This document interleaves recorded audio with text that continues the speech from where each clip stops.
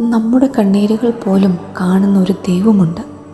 നമ്മൾ തീർത്തും തനിച്ചാണെന്ന് തോന്നുമ്പോൾ, മുന്നോട്ട് ഒരു വഴിയുമില്ലെന്ന് കരുതുമ്പോൾ, ആഴമായ സമുദ്രം നമ്മുടെ മുന്നിൽ നിൽക്കുമ്പോൾ അവൻ നമുക്കായി ഒരു വഴി തുറക്കും. ആ വഴികളിലൂടെ നമ്മളെ കൈപിടിച്ച് നടത്തും. ആ അനുഭവത്തിൽ നമ്മൾ ദൈവത്തിൽ സന്തോഷിക്കും. കാരണം അവൻ നമ്മളെ ഒരിക്കലും ഉപേക്ഷിക്കുകയില്ല. വചനം പറയുന്നു, അവിടുന്ന് സമുദ്രത്തെ ഉണങ്ങിയ നിലമാക്കി. അവർ അതിലൂടെ നടന്നു നീങ്ങി.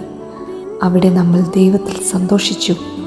സങ്കീർത്തനങ്ങൾ 66:6. നമ്മുടെ ജീവിതത്തിലും ഭയപ്പെടുത്തുന്ന പ്രതിസന്ധികൾ ഉണ്ടാവാം. സാമ്പത്തിക പ്രതിസന്ധി, രോഗങ്ങൾ, ബന്ധങ്ങളിലെ തകർച്ചകൾ.